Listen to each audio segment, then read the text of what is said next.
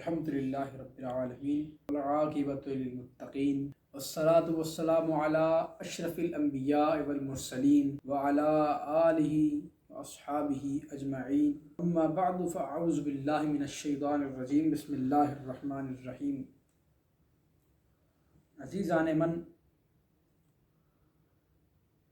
اللہ تبارک و تعالیٰ کا یہ احسان عظیم ہے کہ اس نے ہمیں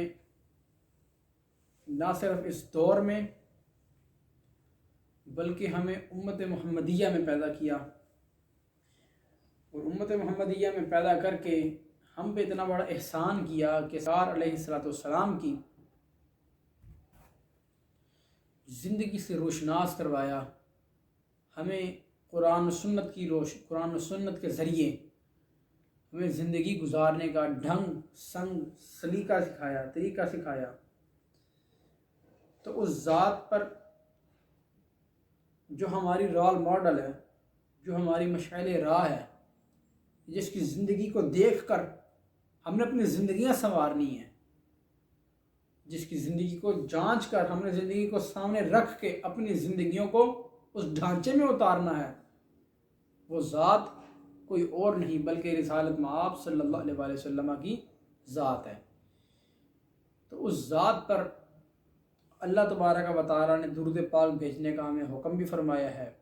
اور یہ وہ سنت ہے، یہ وہ چیز ہے جو اللہ تبارک و تعالیٰ خود بھی کرتا ہے۔ قرآن مجید فرقان حمید کے اندر اللہ تعالیٰ نے خود فرمایا کہ اللہ اس کے فرشتے ایمان والوں پر درود و سلام اللہ اس کے فرشتے نبی علیہ السلام پہ درود بھیجتے ہیں، اے ایمان والو تم بھی نبی علیہ السلام کی بارگاہ میں درود و سلام کے نذرانے عرض کرتے رہا کرو۔ تو یہ تو رہا حکم اللہ تبارک و تعالیٰ کی ذات کا۔ تو میرا دل تھا کہ میں آپ کو درود پاک کی ترغیب کی خاطر آپ کو قرآن مجید فرقان حمید سے اور احادیث نبویہ سے، خصوصاً حدیث نبویہ سے آپ کو فضائل سناؤں کہ اللہ کے محبوب صلی اللہ علیہ وآلہ وسلم پر درود و سلام کے نذرانے بھیجنے سے ہمیں کیا بینیفٹ حاصل ہو رہا ہے، ہمیں کیا خوش بختیاں مل رہی ہیں، ہم بیٹھے بیٹھے کیا کچھ کما رہے ہیں، نہ صرف اس دنیا کے لیے بلکہ آخرت کی زندگی کے لیے بھی بہت کچھ اکٹھا کر رہے ہیں۔ تو اسی اسنا کے اندر، اسی پیش نظر میں آپ کے سامنے ایک حدیث مبارکہ رکھنا چاہتا ہوں۔ حدیث مبارکہ سیدنا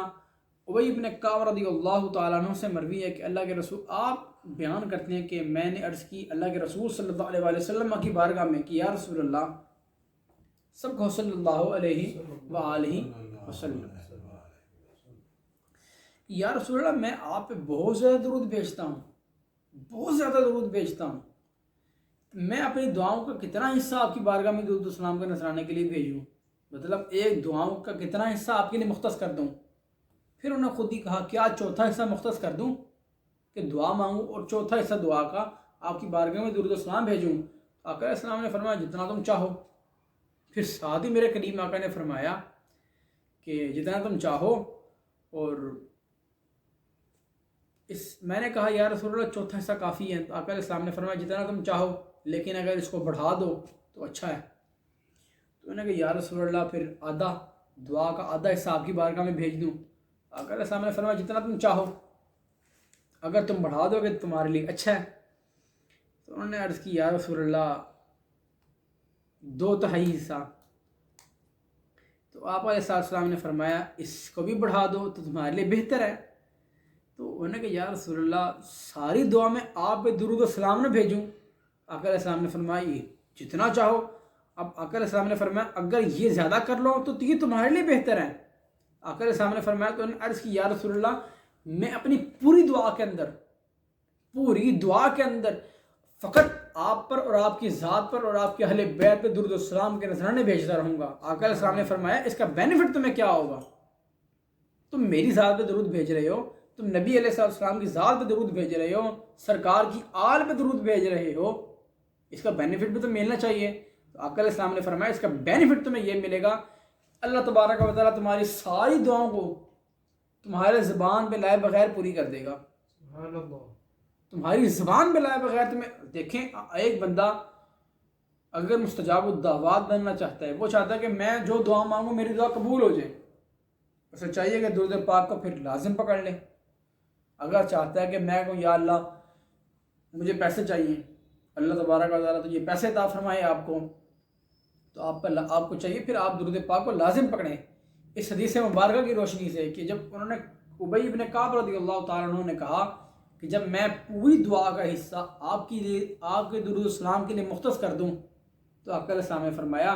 اس سے ہوگا یہ کہ تمہاری ساری مرادیں خود بخود پوری ہو جائیں گی، اور اللہ تبارک و تعالیٰ تمہارے سارے گناہوں کو معاف فرما دے گا، ختم فرما دے گا، درگزر کر دے گا۔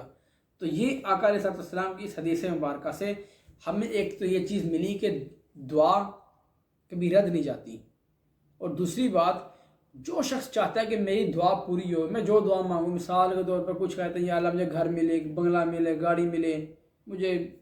کاروبار ملے، مجھے مال و جان ملے، مجھے یہ جو بھی بیٹا ملے، جو بھی ملے، اسے چاہیے کہ اپنی دعا کے اندر ایک بڑا حصہ بلکہ ساری دعا کو سرکار کی بارگاہ میں درود السلام کے لیے بھیج دے، وقف کر دے۔ جب بھی نماز پڑھے دعا مانگے اللہم صلی علی محمد وعلی محمد، اللہم بارک علی محمد وعلی آل محمد، سرکار کی بارگاہ پر، سرکار پر اور سرکار کی اولاد مبارکہ پر درود السلام کے لیے وقف کر دے۔ اس سے کیا ہوگا؟ آپ کے دل میں جو مراد آئے گی، اس حدیث مبارکہ کی روشنی میں آپ کے دل میں جو بھی مراد آئے گی وہ خود بخود پوری ہو جائے گی۔ اور کیا چاہیے انسان کو؟ انسان کو اس سے زیادہ کیا چاہیے کہ جب انسان زبان سے کچھ نکالے اور اس کی دعا پوری ہو جائے، اس کے لیے تو پھر ون ون سچویشن ہوگی اس کے لیے۔ تو یہ دعا، یہ درود پاک کی سب سے بڑی فضیلت میں سمجھتا ہوں، برکت ہے یہ۔ اس کے بعد ایک اور حدیث مبارکہ سیدنا فضالہ بن عبید رضی اللہ تعالیٰ عنہ بیان فرماتے ہیں کہ آقا علیہ السلام تشریف لائے مسجد نبوی کے اندر، تو ایک شخص نمازی، اس نے جلدی جلدی نماز پڑھی، تو اس نے دعا کی، آقا علیہ السلام نے فرمایا اللہ تجھے بخش دے، تجھ پہ رحم فرمائے کہ تیری نماز، تو نے بڑی جلدی نماز پڑھی ہے، تو آقا تو نے بڑی ایش نمازی شخص، تو نے بہت جلدی نماز پڑھی کہ بس نماز پڑھی، جیسے ہمارے ہاں جو ہوتا ہے نا کہ بس وہ 4 فرض پڑھے، پڑھ کے بس دوڑ لگائی مسجد سے باہر۔ فرض تو پڑھو، بیٹھو تو صحیح، اللہ کی بارگاہ میں درود و سلام تو بھیجو، اللہ کے رسول کی بارگاہ میں درود و سلام بھیجو، اللہ کی بارگاہ میں دعا کرو۔ تو آقا علیہ السلام، جب اس شخص کو آقا علیہ السلام نے فرمایا تو نے بڑی جلدی نماز پڑھی ہے، تو جب پھر آقا علیہ السلام نے خود فرمایا کہ جب تم نماز پڑھ کر تشہد میں بیٹھو، اللہ کی شان کے لائق اس کی حمد و ثنا بیان کرو۔ دعا کی قبولیت کا راز بتا رہا ہوں میں آج آپ کو، یہ اللہ کے نبی نے اس بات کی گارنٹی دی ہے کہ آپ کی دعا 100 پتھر پہ لکیر مٹ سکتی ہے، اللہ کے رسول کا فرمان جھوٹا نہیں ہو سکتا، اللہ کے رسول کا فرمان جھوٹا نہیں ہو سکتا۔ ہم دعا مانگتے ہیں، ہماری دعا قبول نہیں ہوتی، یہ ہمارا قصور ہے، ہمارا من میلا ہے، ہمارے دل گندے ہیں، ہمارے دل میلے ہیں جو ہماری دعائیں قبول نہیں ہوتی۔ ورنہ اللہ تبارک و تعالیٰ کے رسول نے، رسالت مآب نے جو یہ ٹیکنیک بتائی ہے دعا کی، اس طریقے سے اگر کوئی دعا کرے تو اس کی دعا کبھی رد نہیں جائے گی۔ آقا علیہ السلام نے فرمایا تم اللہ کی شان کے لائق اس کی حمد و ثنا بیان کرو، نمبر 1، اس کے بعد میری بارگاہ میں درود و سلام بھیجو، نمبر 2، پھر اس کے بعد اللہ کی بارگاہ میں دعا کرو اپنے لیے۔ تو راوی کہتا ہے کہ اس شخص نے جب نماز پڑھی، نماز پڑھنے کے بعد دعا مانگی، تو آقا علیہ السلام نے فرمایا اب جو اس نے دعا مانگنا شروع کی، سب سے پہلے اللہ کی حمد و ثنا کی، اس کے بعد سرکار کی بارگاہ میں درود و سلام کے نذرانے بھیج دیے، اس کے بعد جب دعا مانگی، پھر آقا علیہ السلام نے فرمایا اب تیری دعائیں قبول ہوئی، اب تیری دعائیں قبول ہوئی، اب تیری دعائیں قبول ہوئی۔ تو یہ درود پاک کی فضیلت ہے، درود پاک کی برکت ہے۔ مفسرین اور محدثین اس کے اوپر شروحات کرتے ہوئے لکھتے ہیں کہ درود پاک وہ دعا ہے، حضور علیہ السلام نے فرمایا الدعا مخ العبادہ، الدعا هو العبادہ، دعا ہی عبادت ہے، اور درود پاک وہ دعا جو کبھی رد نہیں جاتی۔ اس حدیث مبارکہ کی شرح بیان کرتے ہوئے محدثین شروحات میں لکھتے ہیں کہ اگر انسان چاہے کہ میری دعائیں قبول ہوں تو اپنی دعا سے پہلے درود السلام بھیجے، درمیان میں دعا کرے، مراد مانگے جو بھی مانگے، اس کے بعد دوبارہ درود السلام بھیجے۔ کیوں؟ کیونکہ اللہ تبارک و تعالیٰ بڑا غیور ہے، جب درود پاک اپنی بارگاہ میں قبول کر لے گا، اول والا بھی اور آخر والا بھی، یہ کیسے ہو سکتا ہے کہ درمیان والی دعا کو وہ رد کر دے کہ تیرا درود پاک قبول ہے، یہ دعا نہیں مانگتا، میں تیری دعا نہیں مانگتا، تو جا تجھے دعا چیز نہیں ملے گی؟ یہ کیسے ہو سکتا ہے؟ یہ ہو ہی نہیں سکتا۔ آپ کسی کو مانگیں، کسی شخص کو مانگیں، جس کو دل کرتا مانگیں، پہلے درود پاک پڑھیں، پھر اپنی مراد مانگیں اللہ تبارک و تعالیٰ کی بارگاہ سے، جب مراد مانگ لیں پھر درود پاک پڑھیں۔ جب اس طرح اس کومبو کو اللہ کی بارگاہ میں رکھیں گے تو اللہ تبارک و تعالیٰ آپ کی دعاؤں کو نہ صرف قبول فرمائے گا بلکہ مستجاب فرمائے گا، وہ چیز آپ کو عطا بھی فرمائے گا۔ تو یہ درود پاک کی فضیلت اور برکت ہے۔ تو اب عبداللہ بن مسعود رضی اللہ تعالیٰ عنہ فقی صحابی، فقی، آپ بیان فرما رہے کہ میں نماز پڑھ رہا تھا تو اسی اسنا میں حضور صلی اللہ علیہ وسلم تشریف لائے، آپ کے ساتھ سیدنا ابو بکر صدیق اور سیدنا عمر بن خطاب رضی اللہ تعالیٰ عنہ تشریف لائے۔ تو میں نماز پڑھ کے ذرا بیٹھا، میں نے دعا کے لیے ہاتھ اٹھائے، اللہ کی بارگاہ میں حمد و ثنا کی، حمد و ثنا کرنے کے بعد سرکار کی بارگاہ میں درود و سلام بھیجا، پھر میں نے اپنی دعا کی تو سرکار نے پیچھے سے فرمایا ابن مسعود تیری دعا قبول ہوئی، ابن مسعود تیری دعا قبول ہوئی، تو نے جو مانگا تجھے دیا جائے گا، تو نے جو مانگا تجھے دیا جائے گا۔ دعا مانگی، دعا سے پہلے کیا کیا؟ اللہ کی حمد و ثنا کی، اس کی شان کے لائق، نبی علیہ السلام پہ درود بھیجا کثرت کے ساتھ، اور کچھ بھی نہیں کیا۔ یہ دو کام کیے، یہ دو کام کرنے کے بعد احادیث نبویہ سے ہمیں یہ روشنی ملتی ہے کہ ہم یہ دو کام کرنے کے بعد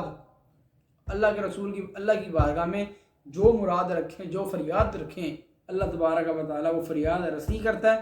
وہ فریاد کو پورا کرتا ہے، وہ مراد ہمیں عطا فرماتا ہے۔ تو عزیزان من، اس کے اوپر ایک اور حدیث مبارکہ آپ کی اگر سماعتوں کی نظر رکھوں تو آقا علیہ السلام نے فرمایا، یہ حدیث مبارکہ سیدنا ابو ہریرہ رضی اللہ تعالیٰ عنہ سے مروی ہے۔ آقا علیہ السلام نے فرمایا، جو شخص میری قبر کے پاس کھڑا ہو کر مجھ پر درود بھیجتا ہے، جو شخص میری قبر کے پاس آ کر مجھ پر درود بھیجتا ہے تو میں خود اس کا درود سنتا بھی ہوں اور اس کا درود مجھ تک پہنچتا بھی ہے، میں سنتا ہوں، اور جو شخص مجھ پر دور سے درود بھیجتا ہے اس کا درود میرے تک پہنچا دیا جاتا ہے۔ سرکار نے فرمایا کہ جو شخص، اللہ تعالیٰ سب کو باعدد بار بار مدینہ المنورہ کی حاضری نصیب فرمائے، کہ اگر سامنے فرمایا کہ جو شخص میرے روزے تک آیا، اس نے روزے تک آ کر کھڑے ہو کر یا بیٹھ کر جس مرضی حالت میں مجھ پر درود بھیجا، وہ درود میں سنتا ہوں۔ ظاہر بات جب سرکار نے درود مبارکہ سن لیا، درود سنا، سلام سنا، تو obviously سرکار سلام کا جواب بھی دیں گے، اور جس شخص کو سرکار سلام کا جواب دے دیں اس کی تو پھر زندگی، اس کو تو وارے نہیں آ رہی ہیں، اس کو تو کسی چیز کی پریشانی نہیں ہونی چاہیے کہ سرکار کی بارگاہ سے سلام آ گیا، اس کو اور کیا چاہیے۔ آقا علیہ السلام نے فرمایا، جو قریب کھڑے ہو کے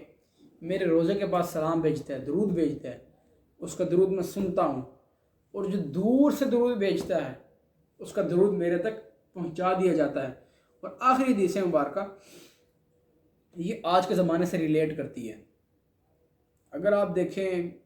ظاہری بات ہے ہر بندہ کوئی نہ کوئی کسی نہ کسی پریشانی کا، ڈپریشن کا، انگزائٹی کا، یا کسی بھی فوبیا کا شکار ہوتا ہے، ٹینشن ہوتی ہے اس کے دماغ میں، کوئی پیپر ہے، کوئی مسئلہ ہے، کوئی چیز چیک کرنے، کوئی چیز تنگ کر رہی ہے، اس پریشانی سے نکلنا چاہتا ہے۔ کتنا سمپل سا حل اللہ کے رسول نے دے دیا، بات ہی ختم کر دی اللہ کے رسول نے۔ آقا علیہ السلام نے فرمایا، من صلی علیہ مرۃ فتح اللہ لہ بابا من العافیہ۔ کریم آقا علیہ السلام نے فرمایا کہ جس شخص نے مجھ پر ایک مرتبہ درود بھیجا، صرف ایک مرتبہ، فتح اللہ لہ باب من العافیہ، اللہ تبارک و تعالیٰ نے اس پر ایک باب، ایک دروازہ عافیت کا، سکون کا کھول دیا۔ آپ پریشانی کا شکار ہیں، آپ ڈپریشن کا شکار ہیں، آپ کسی معاملے کو لے کے پریشان بیٹھے ہیں، آپ کا دماغ اس کو آپ کہہ لیں کلک نہیں کر پا رہا، کچھ سمجھ نہیں آ رہی کہ کہاں جاؤں، کیا کروں، آپ کچھ بھی نہ کریں، آپ سمپل سے آئیں، وضو کریں، وضو کر کے آگے بیٹھیں، خوشبو لگا لیں، تھوڑی سی افضل ہے، خوشبو لگا کر سرکار کی بارگاہ میں درود و سلام کے نذرانے پیش کرنا شروع کر دیں۔ آپ یہاں پہ درود و سلام پیش کرنا شروع کریں گے، وہاں پہ ڈپریشن، پریشانی خود بخود ختم ہونا شروع ہو جائے گی۔ اللہ تبارک و تعالیٰ آپ پر عافیت کے دروازے کھولے گا، سکون کے دروازے کھول دے گا، اطمینان کے دروازے کھول دے گا۔ جب آپ کا دماغ اطمینان میں آ جائے گا، آپ کا دماغ خود بخود اس کا جواب، اس کا حل تلاش کرنا شروع کر دے گا، اور انشاءاللہ تبارک و تعالیٰ اس کے مقام تک پہنچ جائے گا۔ تو یہ درود پاک کی فضیلت اور درود پاک کی برکت ہے۔ تو ہم اللہ تبارک و تعالیٰ کی بارگاہ سے دعا کرتے ہیں، پروردگار عالم ہمیں آقا علیہ السلام کی بارگاہ میں کثرت کے ساتھ درود و سلام پڑھنے کی توفیق عطا فرمائے، اور آقا علیہ السلام کی تعلیمات پر حدیث مبارکہ کی روشنی میں عمل پیرا ہونے کی توفیق عطا فرمائے۔ وآخر دعوانا الحمد للہ رب العالمین۔